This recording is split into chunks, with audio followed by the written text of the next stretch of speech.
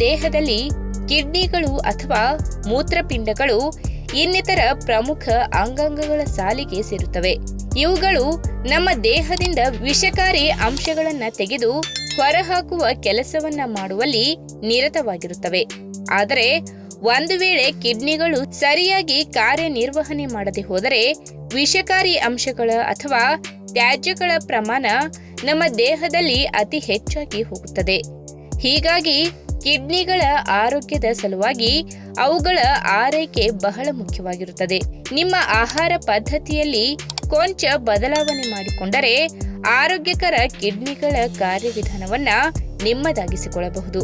ಹಾಗಾದ್ರೆ ತಜ್ಞರು ಹೇಳುವ ಪ್ರಕಾರ ನುಗ್ಗೆಕಾಯಿ ನಿಮಗೆ ಈ ನಿಟ್ಟಿನಲ್ಲಿ ಹೇಗೆ ಸಹಾಯಕವಾಗಲಿದೆ ಎಂಬುದನ್ನ ಇವತ್ತಿನ ವಿಡಿಯೋ ಮುಖಾಂತರ ತಿಳಿದುಕೊಳ್ಳೋಣ. ಅದಕ್ಕಿಂತ ಮುಂಚೆ ನೀವಿನ್ನೂ ನನ್ನ ಚಾನೆಲ್ಗೆ ಸಬ್ಸ್ಕ್ರೈಬ್ ಆಗಿಲ್ಲ ಅಂದ್ರೆ ಪ್ಲೀಸ್ ಸಬ್ಸ್ಕ್ರೈಬ್ ಮಾಡ್ಕೊಳ್ಳಿ. ಹಾಗೆ ಪಕ್ಕದಲ್ಲೇ ಇರುವಂತಹ ಬೆಲ್ ಐಕಾನ್ ಕ್ಲಿಕ್ ಮಾಡಿ. ಸಕ್ಕರೆ ಕಾಯಿಲೆಯಿಂದ ಬಳಲುತ್ತಿರುವ ಜನರಲ್ಲಿ ಬ್ಲಡ್ ಶುಗರ್ ಲೆವೆಲ್ ಹೆಚ್ಚಾಗಿರುತ್ತದೆ. ಇದು ಕಿಡ್ನಿಗಳಲ್ಲಿ ಇರುವಂತಹ ಸಣ್ಣ ರಕ್ತನಾಳಗಳನ್ನ ಹಾನಿ ಮಾಡುತ್ತದೆ. ಆದರೆ ಆಗಾಗ ನುಗ್ಗೆಕಾಯಿ ತಿನ್ನುವುದರಿಂದ ಬ್ಲಡ್ ಶುಗರ್ ಲೆವೆಲ್ ಕಂಟ್ರೋಲ್ ಆಗುತ್ತದೆ.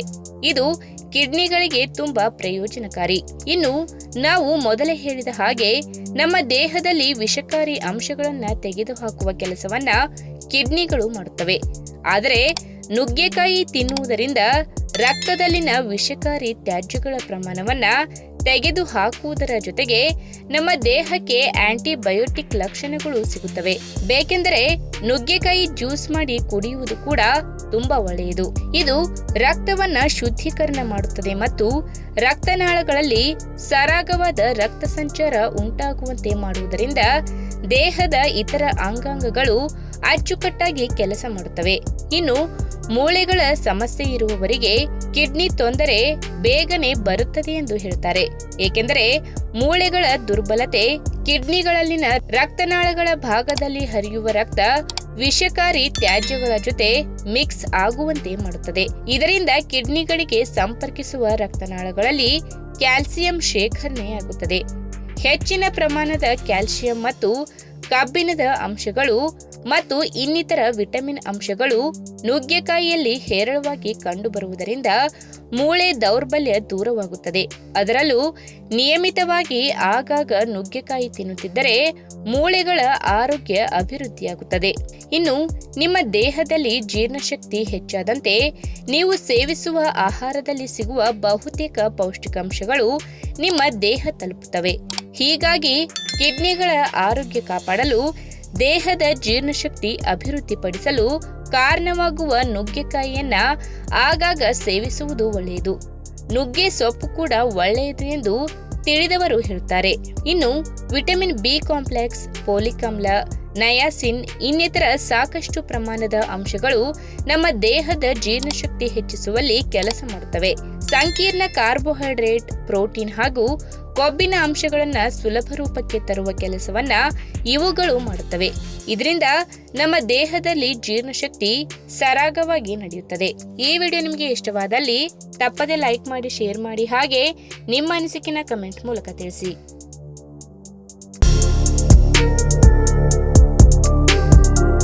ಬೆಳಿಗ್ಗೆ ಬೆಡ್ ಕಾಫಿ ಕುಡಿಯುವ ಅಭ್ಯಾಸ ಎಲ್ಲರಿಗೂ ಇದ್ದೇ ಇರುತ್ತದೆ.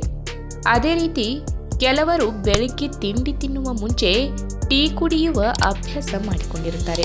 ಕೆಲವರಿಗೆ ಹಾಲು ಹಾಕಿದ ಚಹಾ ಇಷ್ಟವಾದರೆ ಇನ್ನು ಕೆಲವರಿಗೆ ಬ್ಲ್ಯಾಕ್ ಟೀ ತುಂಬಾನೇ ಇಷ್ಟ. ಆದರೆ ಇಲ್ಲೊಂದು ಸಮಸ್ಯೆ ಇದೆ.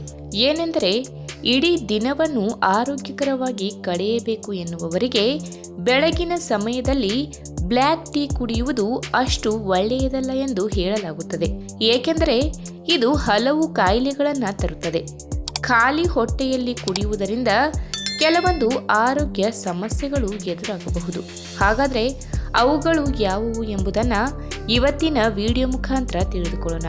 ಅದಕ್ಕಿಂತ ಮುಂಚೆ ನೀವಿನ್ನೂ ನನ್ನ ಚಾನಲ್ಗೆ ಸಬ್ಸ್ಕ್ರೈಬ್ ಆಗಿಲ್ಲ ಅಂದರೆ ಪ್ಲೀಸ್ ಸಬ್ಸ್ಕ್ರೈಬ್ ಮಾಡ್ಕೊಳ್ಳಿ. ಹಾಗೆ ಪಕ್ಕದಲ್ಲಿ ಇರುವಂತಹ ಬೆಲ್ ಐಕನ್ನ ಕ್ಲಿಕ್ ಮಾಡಿ.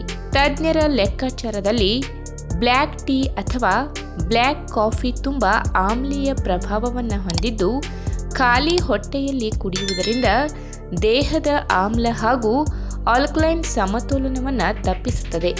ಇದು ದಿನ ಕಳೆದಂತೆ ಅಸಿಡಿಟಿ ಅಥವಾ ಅಜೀರ್ಣತೆಯನ್ನು ಹೆಚ್ಚು ಮಾಡಬಹುದು. ಇನ್ನು ಯಾವಾಗ ದೇಹದಲ್ಲಿ ನಿರ್ಜಲೀಕರಣ ಎದುರಾಗುತ್ತದೆ ಆ ಸಂದರ್ಭದಲ್ಲಿ ಮಲಬದ್ಧತೆ ಕೂಡ ಇದ್ದೇ ಇರುತ್ತದೆ. ಸೇವಿಸಿದ ಆಹಾರ ಕರುಳಿನ ಭಾಗದಲ್ಲಿ ಸರಿಯಾಗಿ ಜೀರ್ಣವಾಗದೇ ಇದ್ದರೆ ಮಲ ವಿಸರ್ಜನೆ ಪ್ರಕ್ರಿಯೆಯಲ್ಲಿ ಸಾಕಷ್ಟು ಬದಲಾವಣೆ ಉಂಟಾಗುತ್ತದೆ. ಇನ್ನು ಬ್ಲ್ಯಾಕ್ ಟೀ ಹೆಚ್ಚು ಆಸಿಡಿಕ್ ಆಗಿರುವುದರಿಂದ ಬೆಳಗಿನ ಸಂದರ್ಭದಲ್ಲಿ ಖಾಲಿ ಹೊಟ್ಟೆಯಲ್ಲಿ ಇದನ್ನು ಕುಡಿಯುವುದರಿಂದ ಆಮ್ಲೀಯ ಪ್ರಭಾವ ಹೆಚ್ಚಾಗುತ್ತದೆ.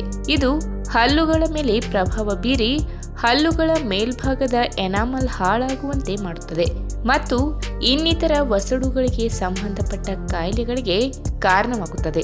ಇನ್ನು ಬ್ಲ್ಯಾಕ್ ಟೀ ಕುಡಿಯುವುದರಿಂದ ಗ್ಯಾಸ್ಟ್ರಿಕ್ ಆಗುತ್ತದೆ ಎಂದು ಹೇಳುತ್ತಾರೆ. ಇದು ಕ್ರಮೇಣವಾಗಿ ಹೊಟ್ಟೆ ಉಬ್ಬರದ ತೊಂದರೆಯನ್ನು ತಂದುಕೊಡುತ್ತದೆ.